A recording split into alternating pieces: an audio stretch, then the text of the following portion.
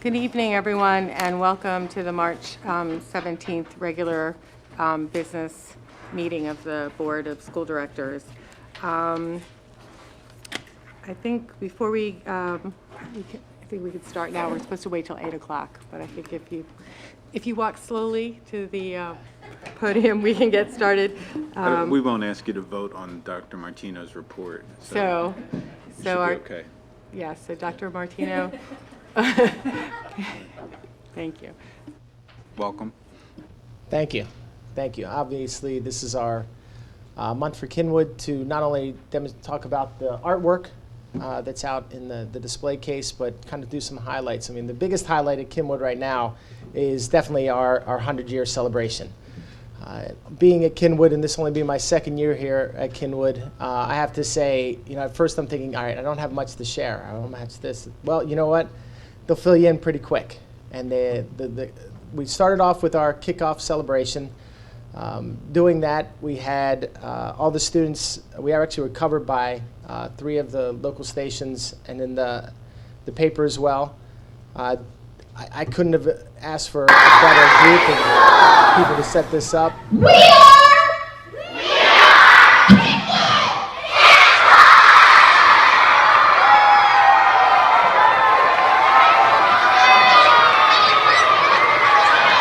Now, that was our January kickoff. And people would say, well, how's it going? I said, well, it's kind of like a wedding. It has all these hours and hours, and people don't see behind the scenes. And when, it all comes together, it just really comes together. We started off with the kickoff. Then we went into and this was another amazing event, our alumni celebration, and our alumni evening. We had alumni coming from all over. At Kinwood, we had food, we had hors d'oeuvres. But the biggest part of that, actually the alumni person in there right now, or this guy right there, he was the very first Albert. Albert is our mascot. And there was a time period where the students actually voted on what they wanted to be the mascot. And when they chose Albert, there was actually a hatching of Albert to come out. So he was actually our very first Albert. He was the original. But when people came to the celebration, once again, we're talking about getting this alumni, what we have, what do we need, what do you do, what are you going to talk about? Basically, all you needed was food, people, and just a nice rolling PowerPoint, just demonstrating of people talking about the years past. Because I went up there and they said, well, what are you going to say? And after being involved in it, people coming in, and they're literally bringing their composites in, and they have their little ribbons from back in the day, and they're talking all about Kinwood and how it was. And we had the 5th grade students going around and giving tours throughout the new building and the architectural structure. But the real piece of it was, I sat there and I said, you know what, it really says to me that 100 years has nothing to do with how the physical aspect or the brick and mortar has changed at Kinwood. It's the people. And the people make this community special. It makes Lower Merion special. And so my speech was very short and sweet because all of those side conversations about the teacher who had the loft in the classroom and we were able to do that and all those things, it was just, once again, it was amazing. It really was amazing to bring all those people back. Throughout that, we also had, and we started this year at Kinwood through our Cultural Proficiency Initiative, our Dinner of Traditions. We brought parents in. We were talking about celebrating the cultures in Kinwood, but we're like, you know what? Let's not just narrow it down to cultures. Any type of tradition you have at home, bring your favorite dish. Once again, the HSA, they're overworking it saying, all right, maybe we should have this for kids and this for that. And I said, no, I'm telling you, if you just have food and you have, once again, there are people there for conversation, it'll be a great night. And it lasted about 2 hours. And all we had was people just coming and going and just talking about their own traditions and talking about family, getting to know each other better. They wanted to say, hey, let's do this again. Well, absolutely. We're going to start and continue that through the years, but the big thing was through our 100-year celebration, we kind of have a lot of events coming up. In between there, our students also were involved with the Citizenship Challenge. That was the Rendell Corporation, the writing, and that's also through Arcadia College. We actually came in 2nd place behind Marion. Lower Merion was well represented there, 1st and 2nd place. Ex-Governor Rendell did come to Marion to award Marion there, and then also Kinwood. So once again, we were extremely happy not only to have that representation for our 4th graders, but also representation from Lower Merion. In between, we also had E.B. Lewis stop by to talk to the students in regard to, obviously, the illustration piece. And down in the right, I have to put in there, we had the Hound with us. Bob Kelly came from the Flyers to visit Kinwood to talk about teamwork. Now, moving along with the artwork out that we have in presentation here. Every year, first of all, Wendy Kimmel does an absolutely amazing job at Kinwood, not only in her art shows, and this year we're having our May 1st, we're having a full school-wide art show. She usually has one for each grade level, but she always does something for the empty bowl dinner. The second grade students, what they do is they make their bowl and then an additional bowl to provide an item for the fundraiser, for the empty bowl fundraiser that's in November. So those are out there. The rest of the art that you have out there is in our celebration of our 100 years. Our 100-year celebration, right now we're working through our, first of all, before when the students came back from winter break, we had our batik banners up there. A batik basically is a cloth, and you can either spread through a brush, a wax onto it, and then a dye.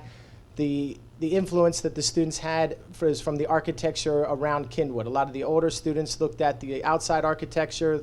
The first graders even looked at the different designs within our mascot to create their own special batik. And they're all hanging right now in the atrium at Kinwood. The next piece is, and the biggest piece right now that we're going through, is our artists in residence and our mosaic. The lower wall that we have in our atrium is now transforming into this wonderful centennial mosaic, and each of the students takes a hands-on part in not only putting all this together but creating all these designs. What they do is they create a special design for themselves, and that in the upper left-hand corner, that's basically something that symbolizes or represents them, and then each of them also makes a Kinwood owl, which is our mascot, for them to take home with them. Now the teachers, as always at Kinwood, would not be left out of this project. So all the teachers are making an owl themselves. Those teachers are being created. I've actually made one for myself, and they're actually going to go outside of all the classrooms. They have a hole in them, so they'll actually be outside classrooms, outside the bathrooms, outside all of the different things that not only celebrate our Kinwood owl, but also our 100-year celebration at Kinwood. I mean, the one thing about Kinwood is family. It's truly, truly family. Obviously we had fun, and this was my first year for our Halloween celebration. I got to know how our Halloween parade it really does kick off. Our families are amazing. This little guy right here, he's someone that I connect with. We actually had dress up as a teacher day. He dressed up in a little vest because that's kind of my trademark. And he said, he gave me the line from Men in Black. He said, what's the difference between me and you, Dr. Martino? And I go, what? He goes, I make this look good. And I was like, oh. I said, you know what? We're going to get a picture with your mom here. But the one person I do have to thank, and it's not just an individual, but also the administration staff here, is Pat. Pat Ganane and his crew have gone through all the bumps through this whole mosaic, but they have been absolutely phenomenal and flexible in not only working with how this has transformed into different variations of this wall or that wall or supporting wall, but not only pulling that, but also the different things that we continue to do in our 100-year celebration. He even came to me, had a meeting way ahead of time to say, what do you need? We want this 100-year celebration to be special. Do you need manpower? Do you need what power? What do you need? Whatever you need, let's figure it out now, and let's get it going, and let's get it going the right way. So I do thank Pat and his crew, because they have done an amazing job. And not only, I talk about people in the back behind the scenes, they've been doing a special job behind the scenes to make all this, once again, a great 100-year celebration. And that's it. Thank you very much, Mr. Martino. It's a really exciting year for Kinwood, so we really appreciate you sharing all of this with us. It's fantastic. And Thank just you. in fairness to Governor Rendell and Judge Rendell, it's the Rendell Center for Civic Engagement at Arcadia University. So he was very generous with his time with us, and I just want to, and we appreciated it very much. So just wanted to get the name right, because I think in a rush you said Rendell Corporation. I did say Rendell Corporation. Yeah. Thank you. Yeah, and it's an interesting center because they concentrate on elementary schools, and it's the only place I know that has taken that approach. That if you really want kids to understand civics and government, you have to start when they're really, really young. So your school did a great job, as did Marion, and we were well represented in that competition. But thanks for mentioning that. Okay. Thank you. Thank you.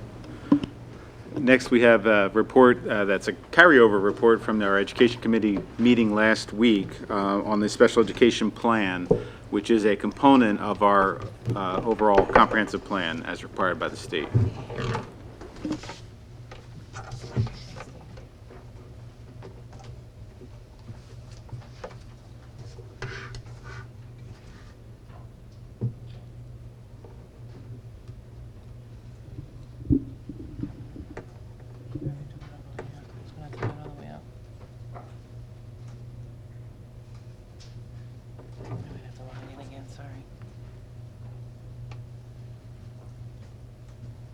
It's just has to reload, sorry. Because we unhooked it, it has to reboot. Because when we unhooked it, I don't know. Christine had an apple. Oh, yeah. I know, it's teachers.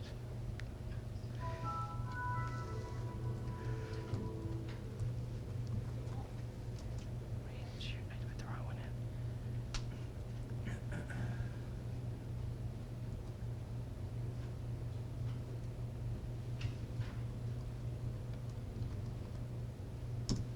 Okay, and then you're gonna be over here on the side, somewhere, unless they're going. Might have to just take a minute. Is that it?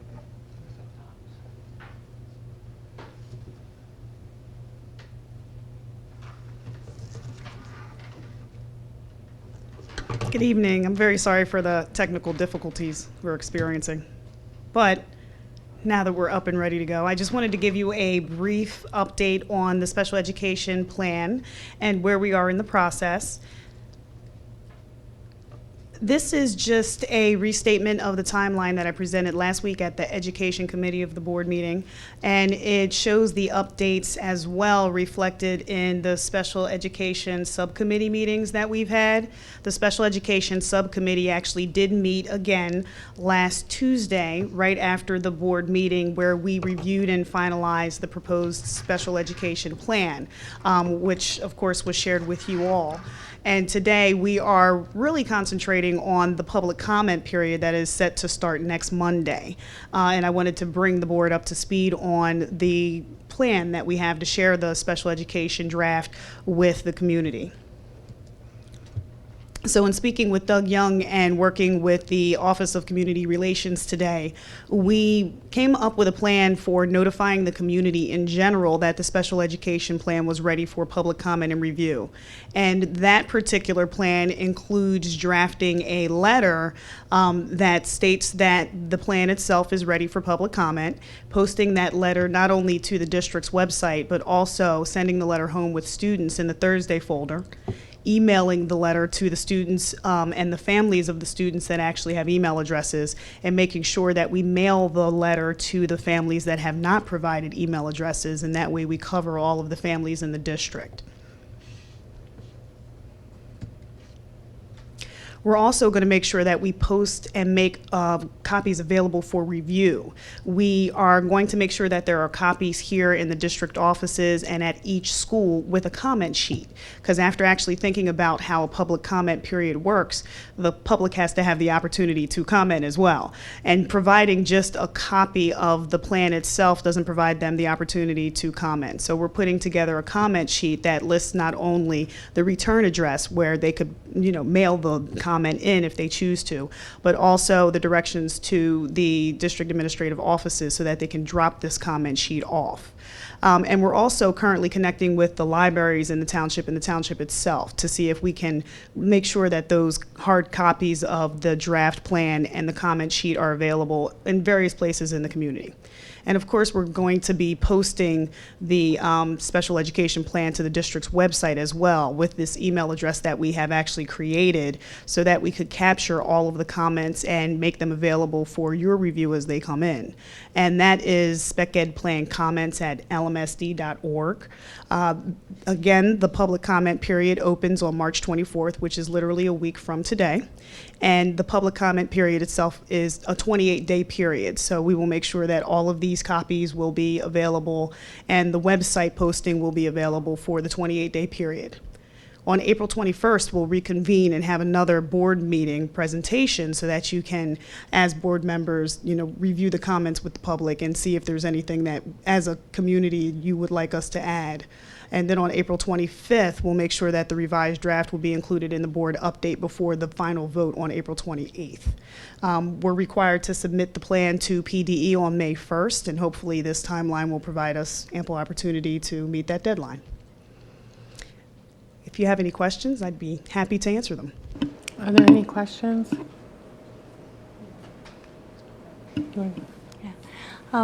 Thank you very much for the presentation and for making such a big effort to outreach, to make sure everyone gets this and give everyone an opportunity to give their comments. And I want to clarify, this doesn't have to do with this topic, but something I said at the last meeting. I made a comment about making sure that the surveys around the comprehensive plan were anonymous. And sometimes a survey carries a comment like this survey is tied to your email address or your IP address. And this kind of statement can cause the perception on the part of the participant that the answers are not really anonymous or confidential. So I asked the question to confirm that we're prioritizing open and honest feedback over counting of surveys. And I didn't mean to imply that the administration had collected IP addresses for the purposes of identifying respondents to previous surveys, and I just want to note that I have every confidence that this survey will be anonymous, just as Dr. Marseille indicated last week. And again, with this also, I really appreciate that you have a few different methods for people to give feedback in whatever way is most convenient for them. Thank you. Thank you. Are there any other questions or comments? None? Okay, thank you very much for the presentation. Thank Okay, at this And point. extend our thanks to the members of the committee. Thank you. Yes, please do. Thank you, Dr. McGinley. At this time, I'd like to invite audience recognition on agenda items only. If there's anyone who would like to speak to an agenda item at this time, please come sign in with Ms. LaPera. There will be time at the end of the meeting for comments on any topic.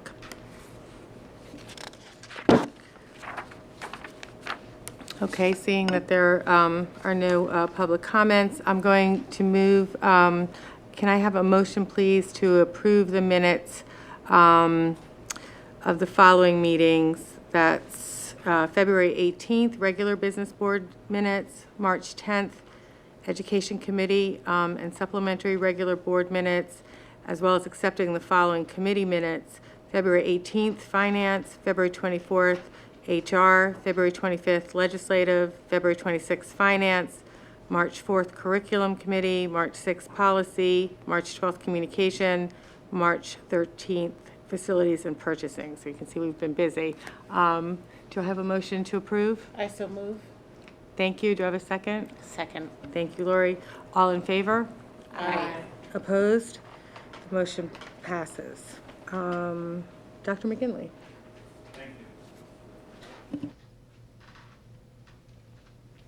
I just want to mention two things this evening as part of the superintendent's report. First is that last week we launched our extended day kindergarten for students who we invited to attend in an extended day, either morning or afternoon, depending on the school. And these were students who we thought needed some additional academic support to be better prepared for first grade. So it's small groups of students, but we have them at each of the schools. And everything got off the ground smoothly last week, thanks to the good work of the principals and the school staff members, and thanks to the good work of Dr. Doria and her team. So that is underway, and one board member already shared some positive feedback from a parent who has a child in the program, and I thank you for your support of that program. We will be well prepared to report out on what we saw as progress and outcomes. And as we had discussed in the past, we see this as a model, something that we were trying for the first time. And so we definitely want to measure the success and look at return on the investment, because it is an additional investment and it goes beyond what we've traditionally done in kindergarten. So that's underway. That's good news. I also wanted to share with the public information that's already been shared with the board, and that is about high school selection for 8th graders.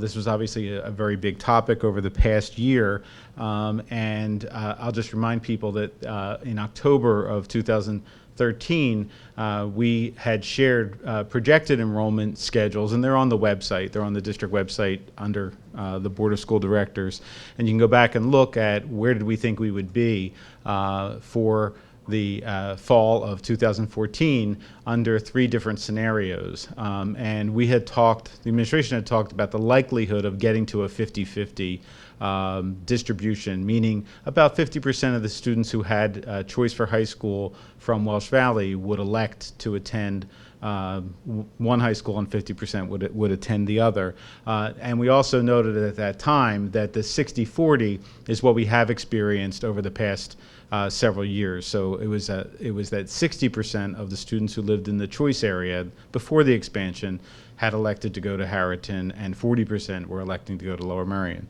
So what happened this year with the expanded choice area that is now in place is that we had 119 students, and for this year, and it's just one data point, but for this year, 60% of those students at Welsh Valley that had a choice of high school went to Harriton, as in the years past, and just about 40% elected to go to Lower Merion. So the 60-40 for this year held. The one thing that we saw that was a high year is the 24 students from Ballackinwood, because we were seeing 12, 15 back and forth. We had one year where there were 32. It was the first year that Harriton was open, but we were thinking it was more the 12 to 15 kids. And so this year from Ballackinwood, again, just one data point, we have students going to 24 students who elected to go to Harriton. In terms of the projection, if you stay with the 60-40 line, we see that we think we're going to have about 1,200 students when we get the summer enrollment. We have 1,170 now for Harriton, but when we get the summer enrollment, we think we end up at around 1,200. 1,202 is the projection there. And at Lower Merion, once we add in the summer enrollment, we think we get to 1,347. So it's 9 students above where we thought we would be. At Lower Merion right now, we're at 1,317 without the spring and summer enrollments. And that additional number of students is obviously a projection between now and September. That our projection of about 30 additional at each could be high, could be low. But the actual number for today is for next year, 1,317 at Lower Merion and 1,170 at Harriton, and then we'll add in whoever registers here between now and September. And there's always a boost, and there always has been before the high school construction, before anything about boundaries or choice or redistricting occurred.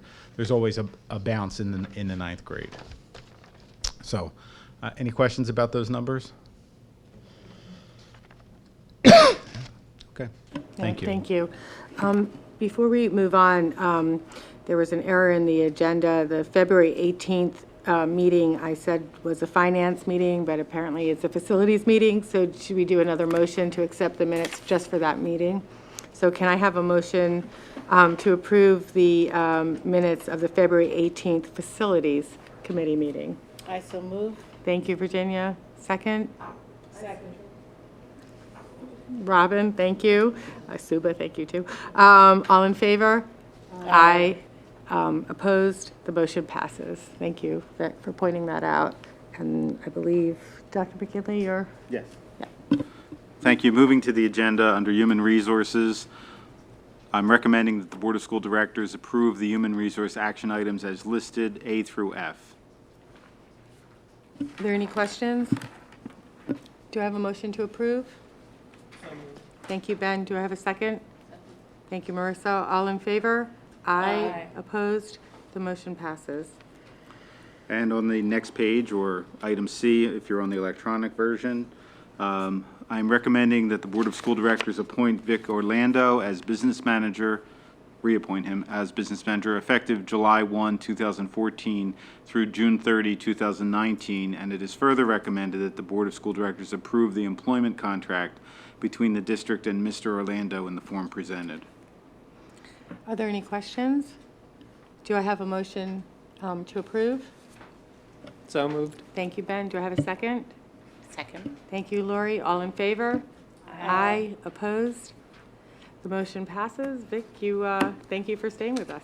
Yes. Thank you. Congratulations on your reappointment. Well, thank you. It's been a pleasure. I can't believe it's already been 4 years, but I'm looking forward to continue working with the board and the administration and the community. Thank you. Great, thank you. Still under Human Resources, I'm recommending the Board of School Directors approve the Benefit Focus contract, subject to final solicitor review. Benefit Focus is an electronic employee benefit platform that will improve efficiency and accuracy of the benefit management for the over 1,300 employees who subscribe to benefits through the district. We spoke about this at length in an HR meeting, but does anyone have any questions at this time? Do you have a motion to approve? Thank you, Marissa. Do I have a second? Second. Thank you, Suba. All in favor? Aye. Opposed? The motion passes.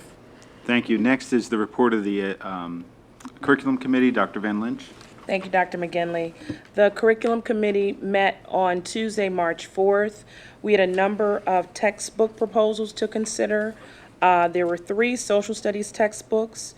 The first was the continuation of the History Alive program that began with the 6th grade students last academic year. And Ms. Barbara Giorgio provided the committee with a brief overview regarding the overwhelming success of the History Alive Social Studies e-textbook and supplementary curriculum. In addition to the e-textbook subscription, additional Chromebooks to access the internet for the 7th and 8th grades will need to be purchased to fully implement the program. The cost for purchase and shipping of a 6-year e-textbook subscription and 15 print texts per class to ensure that all learners are accommodated is $100,000. The purchase of the Chromebooks is integrated in the district technology budget and is therefore not part of this proposal. The team added that the Chromebooks are being used across the middle school curriculum, not only for the History Alive program, but for other instruction that requires students easily access the internet. Questions from the committee were raised regarding teacher professional development and how it fit in with this particular proposal. Dr. Marseille informed the committee that the professional development support is provided with this program and is also embedded in the work that takes place throughout the school year to support our teachers in various aspects of their teaching and instructional delivery. The committee decided to move this request forward for full board consideration. The second social studies textbook was a replacement text for the 11th grade AP US History course. The previous text was a 2003 copyright. Ms. Jill Knight, Social Studies Chair at Lower Merion, shared that the new text, which is called America's History, was engaging, well-researched, and balanced. The cost of this replacement text will be $23,000 and includes the purchase of 160 textbooks at $125 per book, as well as shipping costs. The final social studies or history textbook replacement for 2006 copyright is for our honors U.S. history class. The textbook is entitled Making America. Jill Knight also shared with the committee that the proposed text is aligned with PA standards and provides a realistic history of the United States. After piloting another history text, 81% of the students preferred Making America. The cost for this replacement is $20,000 for the purchase of 250 copies, and this includes both binding and shipping costs. We had 3 science textbook proposals. Mr. Arthur Mitchell presented a proposal for the replacement of the 9th grade biology textbook, last purchased in 2007. 2 versions of the Biology Foundations text were piloted, and the version presented was found to best support 9th grade students' reading levels and degrees of reading power, or DRP scores. The team was vigilant in considering the accessibility of the text for biology students, and in addition to DRP levels, considered Lexile reading levels as well. The cost for this textbook replacement is $24,741.75, includes the purchase of 275 textbooks as well as shipping costs. The second biology textbook is for our honors biology students, last updated in 2006.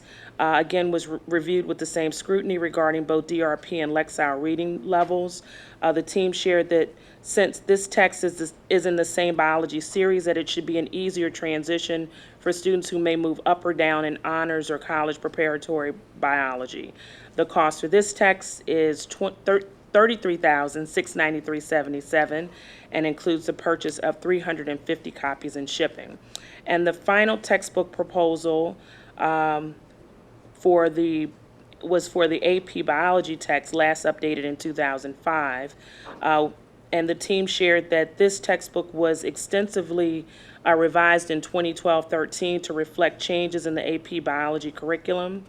And the cost for the text is $9,820.67, which includes the purchase of 60 textbooks and shipping costs. So 6 textbooks proposals, so we were quite busy reviewing textbooks and having lots of conversation around those.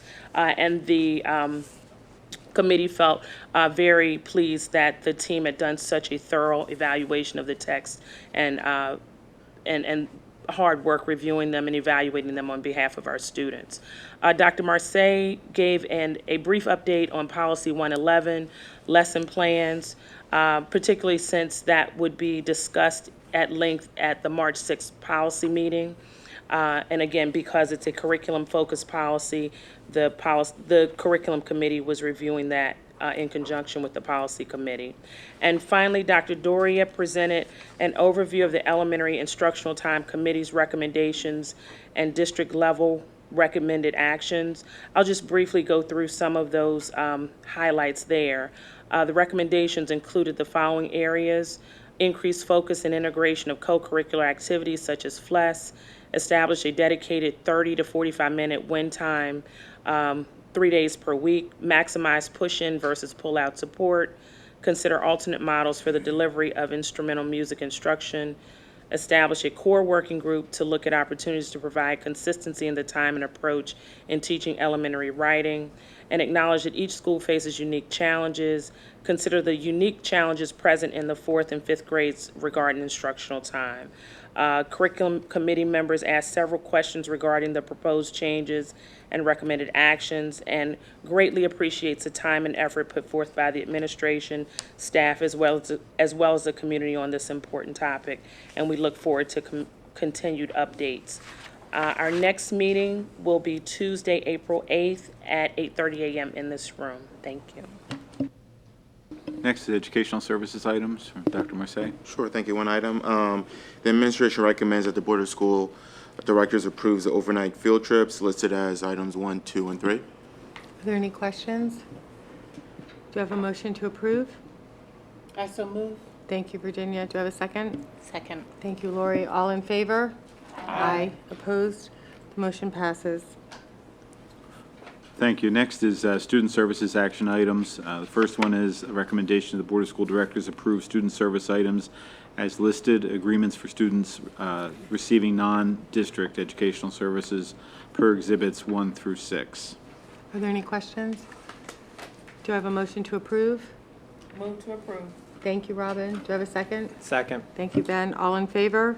Aye. Opposed? The motion passes. The next is approval of a licensure agreement. The administration recommends that the Board of School Directors approve the license agreement with Special Ed Connection, which provides website service, user research, and news and information to student service administrators for a not-to-exceed amount of $5,129 per month. Are there any questions? Do I have a motion to approve? So moved. Thank you, Lori. Do I have a second? Thank you, Maureen. All in favor? Aye. Opposed? The motion passes. Next is the annual approval of our Montgomery County Intermediate Cost Plan. The administration recommends the Board of School Directors authorize the Special Education Services Cost Plan Agreement for the 2014-15 school year. We do this every year for students whose needs are not met in our local programs, but are provided for in special education programs that are provided by Montgomery County Intermediate Unit. Just a quick question, that doesn't include the computer stuff, right? No, The this computer is services again, this just for special special education services, period. That's the only thing that's in this list of bills. Are there any other questions? Do you have a motion to approve? I so move. Thank you, Virginia. Do you have a second? Second. Thank you, Robin. All in favor? Aye. Opposed? Motion passes. And the last one in this section is a recommendation the Board of School Directors approve the purchase of service agreement as attached, transformational education and counseling help, TEACH, for the 2014-15 school year in the amount of $153,000. This is a service that we implemented year before last for part of the year, and then last year for part of the year, this year all year. And this is to have a full-time mental health counselor on site at each of the high schools through an outside agency. Are there any questions? Do you have a motion? I have a question. How much time do they spend with our students? I mean, are they busy all day long? Do they have regular students that they meet with? I mean, how does this work? Yes and yes, but Siobhan can give us better details. Good evening. Great questions. There is one mental health counselor in each of our buildings, and they participate in our SAP process. So they help with the drug and alcohol counseling, and they do spend the majority of their time either with students or with their colleagues in either a SAP team meeting, or sometimes they actually provide some level of professional training and help for the counselors as well. They have a different level of training than typical guidance counselors would, and we have contracted with them in particular because they provide a different level of service and they have a different type of expertise. They do have a combination also of not just drop-in hours with students, but they do meet with students on regular schedule as well, depending upon what the referral was for. And didn't we used to use, Kate Cornwell is the name that's coming to mind, in Ardmore, it was, LM Counseling? what is it? LM Counseling? I can't remember the We name of it. continue to refer students to outside agencies for services. As well. But as I recall, there was a drop in the amount of There- time they were able to provide. They had funding cut, and Correct. is this filling sort of that gap? Yes, yes. Absolutely. We were motivated to do this. We really looked at it, I guess, about 3 years ago, because the amount of time that it took for the local agencies, and it's not a critique of the local agencies, it's just that their funding has from the state or federal government has fallen away, or from charitable resources. So we used to be able to have a family, when a child had an experience with drug or alcohol at a young age, seen by the agency within 24 or 48 hours. And 24 hours was not atypical, but usually within 48 hours. It got to the point where we were waiting, 5 or 6 or 7 days to get a call back and get anyone scheduled, and it really is not timely at all when we have to do that. So there still are great agencies in the community, but they have smaller teams than they did 5 years ago. So the other thing I would just point out, and Ms. Savage mentioned, working with their colleagues, and you mentioned counselors, but they also work with the administrators in the building. Absolutely. And they work with the psychologists The in the school building, and psychologists, the social the workers. social workers. And there are times when they're spending time with social worker and parents. Oh, absolutely. And not just, not in addition to working directly with students. Absolutely. And they provide a level of service not just to students that are drug and alcohol involved, but students across the gambit, depending upon the need and what the referral from the SAP process came through. So they provide a very, very complex level of service that we typically hadn't been able to provide previous. Thank you. Are there any other questions? Do I have a motion? Thank you. Do I have a second? Second. Thank you, Diane. All in favor? Aye. Opposed? The motion passes. And next is a report of the Facilities and Purchasing Committee. Ms. Robinson? Thank you, Dr. McGinley. We met on March 13th. The Facilities and Purchasing Committee met on March 13th at 8:30 a.m. in this room. We reviewed the list of bills reviewed with that issue.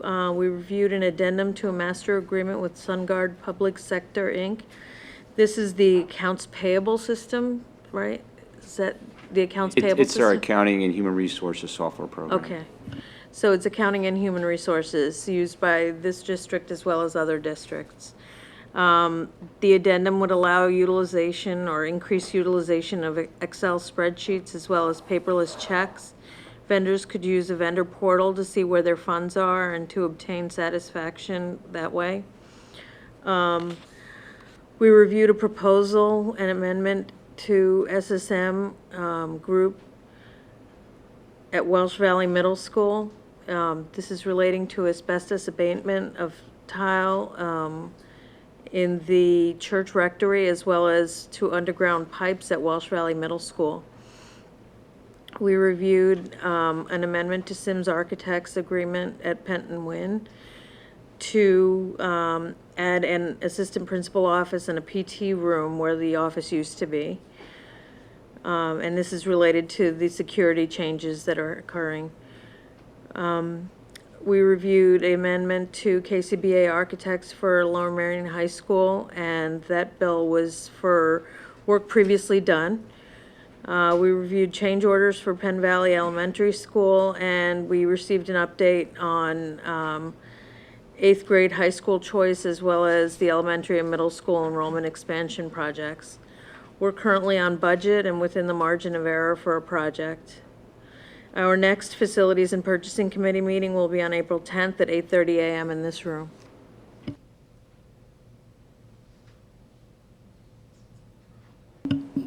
Okay, under Business Office of Finance, we have four recommended action items. Before we get started, we do have Glenn Willard from PFM, who's just going to briefly talk about the bond resolution that is in this particular section for approval.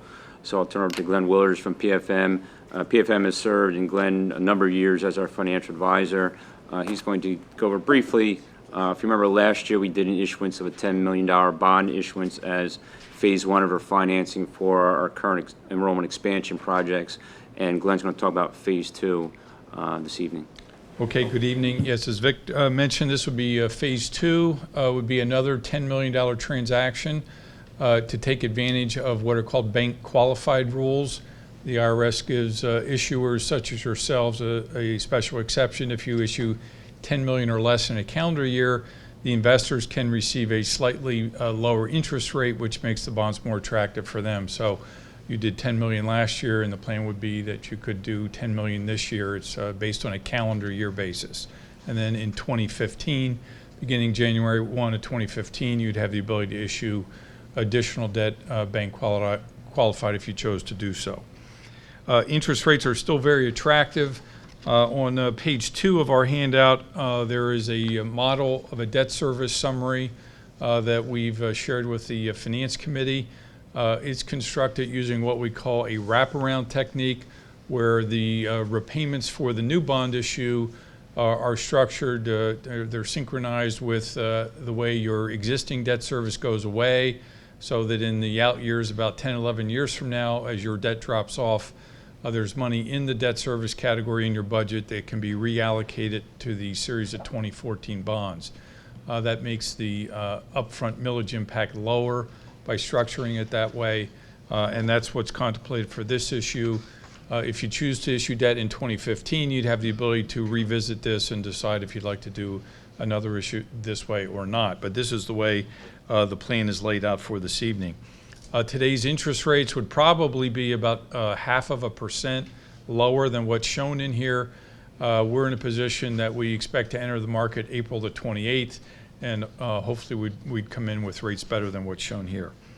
So on page 3 then, there is a resolution for you to consider that would authorize the business office, your solicitor's office, Rosen Synan as your bond counsel, and our firm as your financial advisor to take all the steps necessary to prepare the paperwork, get the credit rating in place for your credit rating, and advertise to the financial bidders that we would receive bids during the day on the 28th of April. We'd present them at your meeting that evening for you to consider at that time. So everything appears to be in order, and we should be able to meet that timeline. Do you have any questions? This was reviewed by the Finance Committee on February 26th, and then again by the entire board in an information session. So I think we have most of our questions answered already. Thank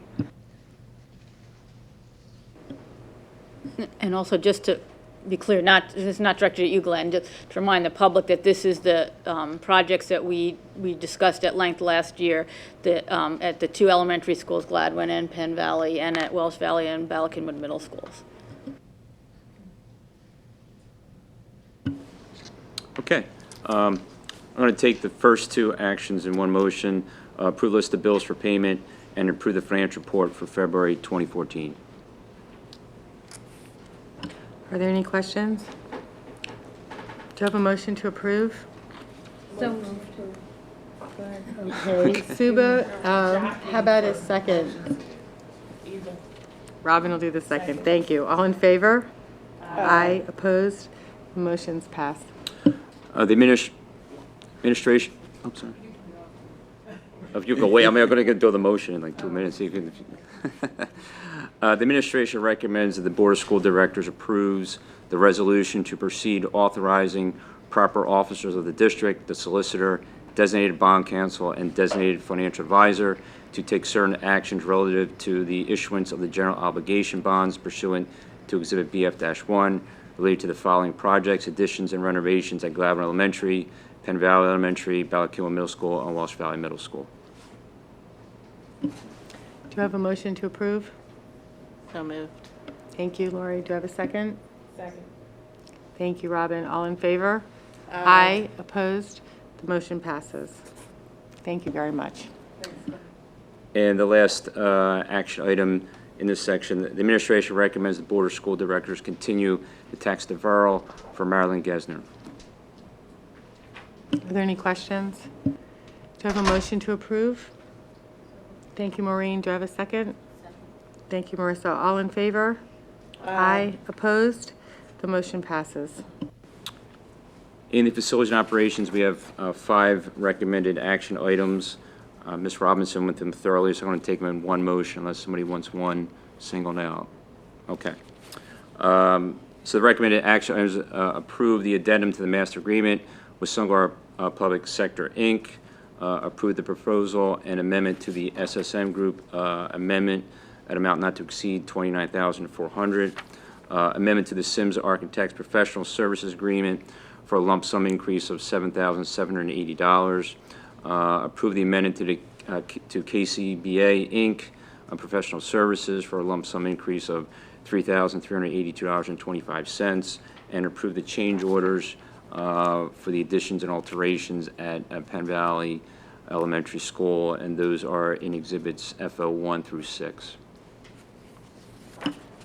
Thank you, Vic. Does anyone have any questions? Do you have a motion to approve? So moved. Thank you, Suba. Do I have a second? Second. Thank you, Ben. All in favor? Aye. Opposed? The motion's passed. Thank you. That's me. Okay, we're now going to move on to the business of the Board of Directors, and we're now going to get a report of the Policy Committee from Ms. Pollard. The Policy Committee met on March the 6th of this month, and the policies that are up for first reading. Policy 108, Adoption of Curriculum Materials, is on the agenda for first reading and additional protections for student privacy.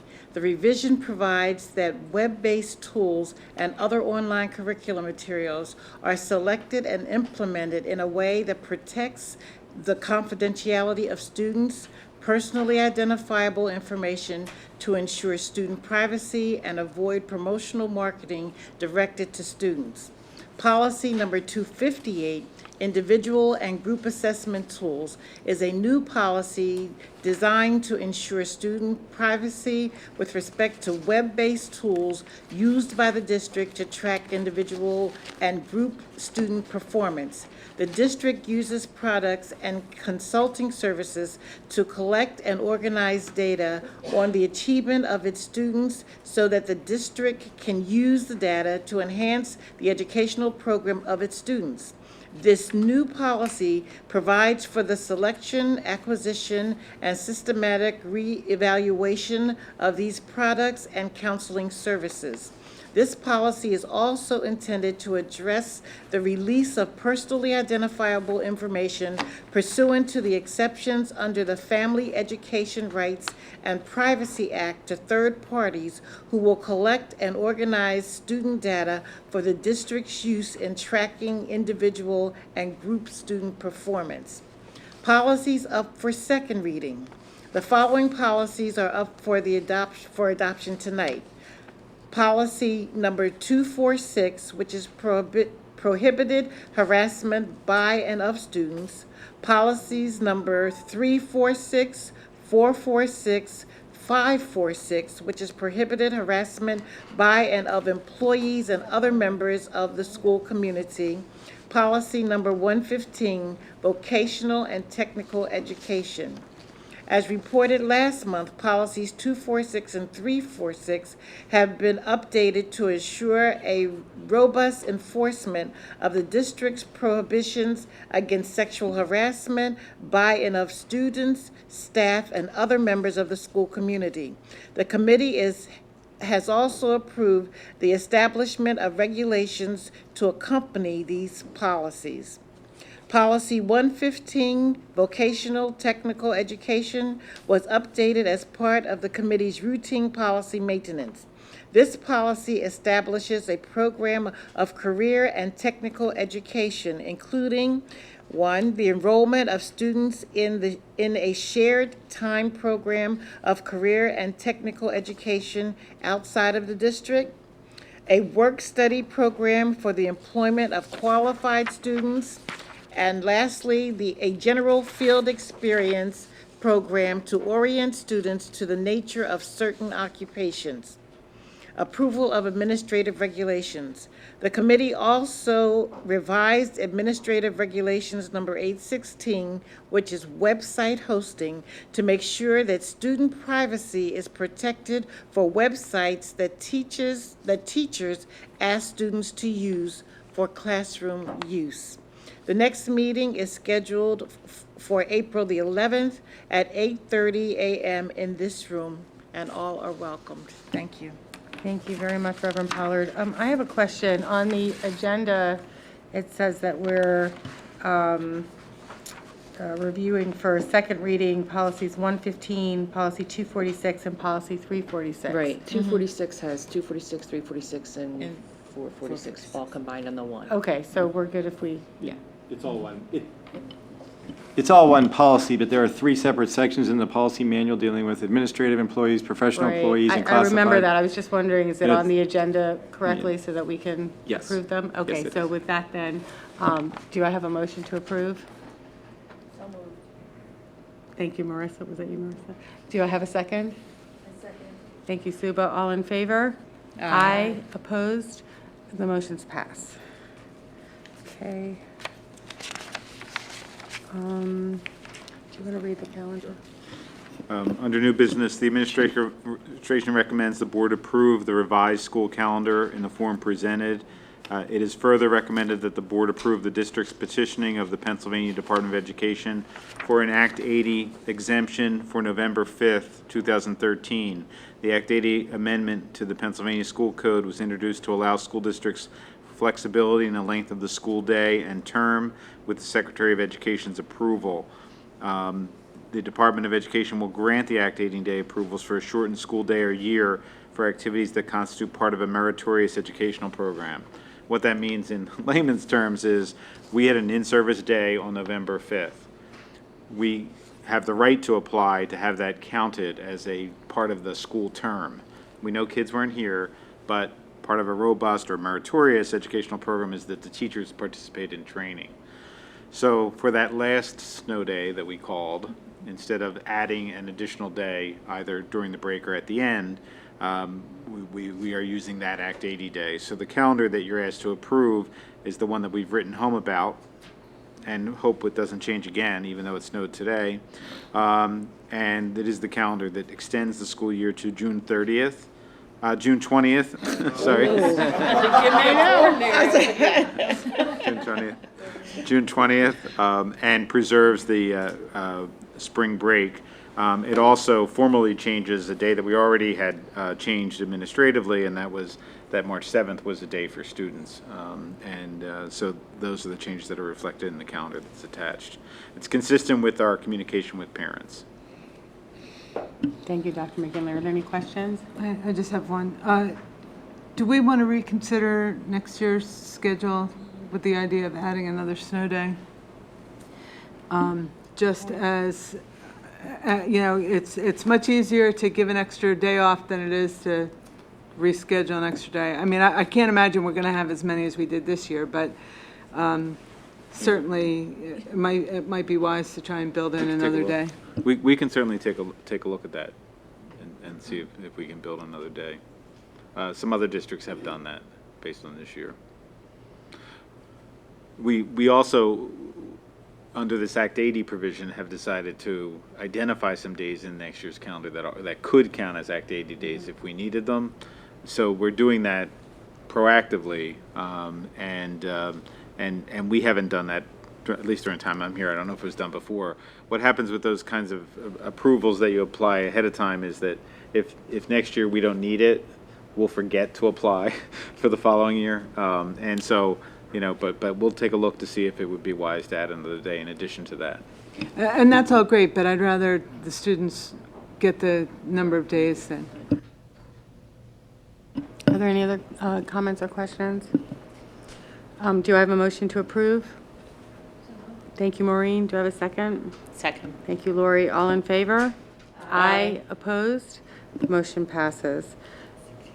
At this time, we have some other committee reports. We're first going to have a report of the Finance Committee by Ms. Di Bonaventura. Then we're going to have a report of the Legislative Committee by Dr. O'Leary. And what's not on the agenda, we're also going to have a report of the HR Committee, right, by Dr. Golden, and the Communications Committee by Ms. Ackman. So we've had a busy few weeks. So Diane, do you want to give your report? Great, thank you.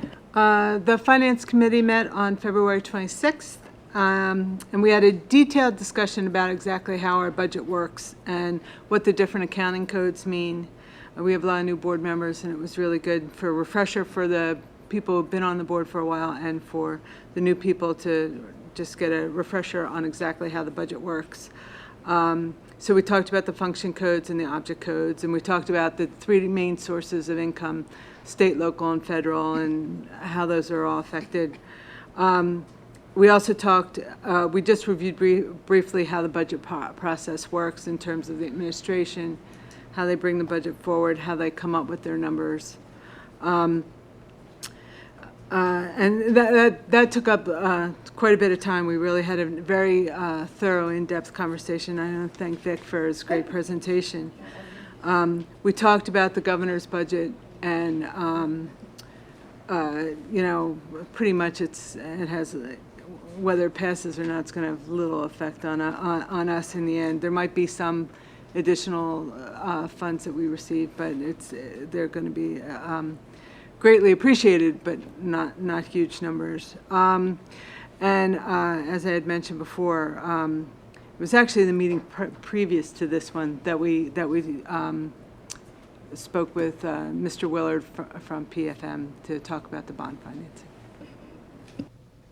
Thank you very much. Dr. O'Leary?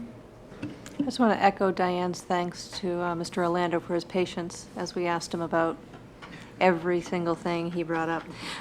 The Legislative Committee met on February 25th. Tina Valletta was here from the MCIU, and she talked in depth about the governor's budget. We got another opportunity to ask questions about that, and she updated us on Senate Bill 1085, which is the charter school reform bill.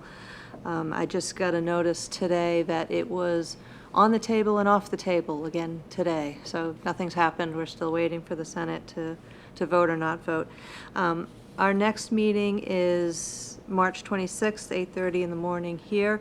And Ms. Shawn, is it Tui? I haven't said her name to her yet, of the Public Citizens for Children and Youth will come and talk about the Pre-K for PA initiative. Okay, thank you very much. Dr. Golden.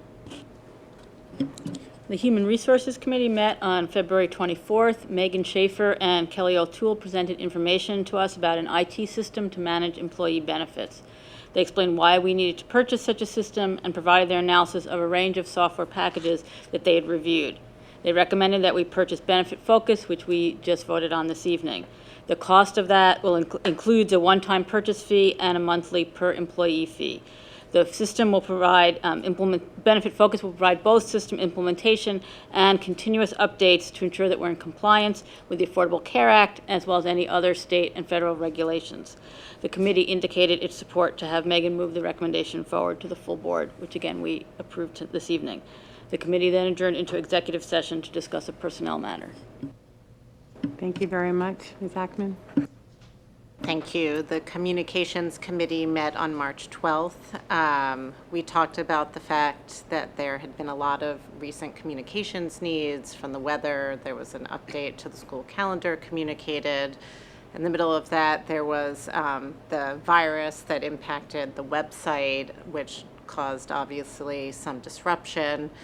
That's now been taken care of. And then there also had been a very lengthy and thorough communication about the elementary school scheduling issues. And we talked about other ways to communicate that out to the elementary schools through the principals and the HSAs, just to make sure that everyone understands what I think, engaging and participatory stakeholder process that the board and the administration ran with teachers and parents to thoroughly explore all the issues involved, and had a great outcome, I think, for all involved. We briefly talked about some of the great events happening in the schools, including the stamp ceremony, which is now in the past, but was about to happen, which was very exciting. And also the regional poetry contest, in which a number of students in our schools were winners. The regional science Olympiad, in which our schools also did really well. Then Doug Young gave a very thorough update for the communications plan for the strategic planning process. And there is very extensive public engagement planned. The messaging, we all agreed, is very important. Doug's paying a lot of attention to that, and we want to position ourselves as very responsive, encouraging a lot of feedback from the entire community here, and progressive. One thing that I think is unique about the plan is student engagement is a big area of focus. Dr. Marseille talked about a focus group they already had with some Lower Merion students, which produced dozens of great ideas. Outreach is also planned to alumni, especially recent alums using technology. There will be focus groups, and just lots of opportunities to participate. Formal communication from Dr. Marseille is going to be coming out soon to the entire community. And I just wanted to let the public know that the Communications Committee of the board is the place where updates and kind of input for the communications part of the strategic plan will be discussed. So if you have suggestions or ideas, that's the table where you can come and give us input, and we encourage that. Thank you. Thank you very much. At this time, I'd like to ask if there's anybody in the audience who would like to speak at this time. Ruth, I think you know the drill. Thanks.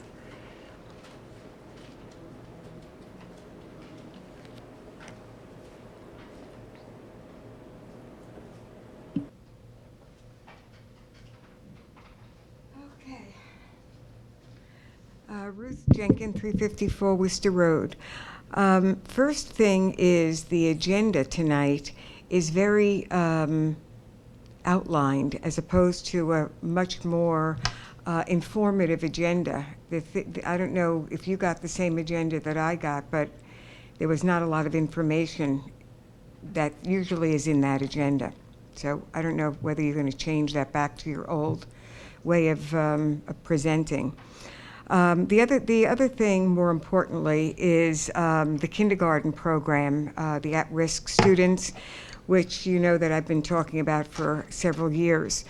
I would like to suggest that you make arrangements for, if possible, for these students to attend summer school without a heavy financial burden to the families. We know that a lot is lost over the summer, and if they arrive in September, having lost all that they gained over these last few months would be, I think, a shame. So I just want to recommend that if arrangements could be made for summer school, for them to attend the summer school. Thank you. So two items. One is everything that is usually available on the agenda is available. It's available electronically, so we are in a new agenda system. But all the same evidence and attachments that have been available to the public are available to the public now. If you have the outline form, not the electronic form, you have an outline. So would you add to that, Ms. LaPera? Yes, the outline that you're getting that's over there is not as detailed as what you're used to. It's just because we're right in the middle of, getting everybody on to board docs. So the public view is not available to you yet. When you go online, you're going to see it as the attachment with the exhibits, and then you will get all of the backup. It's just the one that's printed out here is not as detailed. It doesn't offer it to me that way. And it's not going to be? No, because eventually everybody's going to be going through board docs. Until that transition is complete, should we have a hard copy available? Sorry about that. They do have one, but Well, they just had the outline. I was talking about. Does it look like our green copy or no? No, because it has different information that's shared with you that is not shared with the public. Just until we're completely transitioned, it might be a good idea. The next meeting will next be in the. Yes. And do you want to give instructions on how to? Yes, we will be implementing that. It will be, I'll work with Doug. We'll have everything. Instructions will be given. It'll be on our website. Yes. Because Ms. Jenkins comes just about every month, and I know she likes to do her homework before she comes. So long as we get that information to And you will the be able public to. You will. prior to the next meeting, Yes. rather than at the next meeting. And thank you for your recommendation about children who need additional assistance. Children are only at risk if we don't help them, so I don't label the children at risk. If they're at risk, it's because we did something wrong.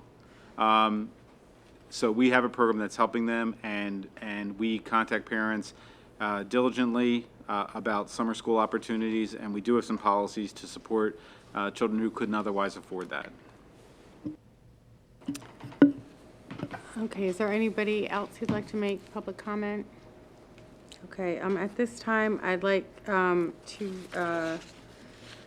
read the meetings we've held under the Sunshine Act, and that's February 18th, we met on personnel and real estate, March 10th on personnel, March 17th this evening on personnel and real estate. I want to thank everybody, and we are now adjourned. Thank you.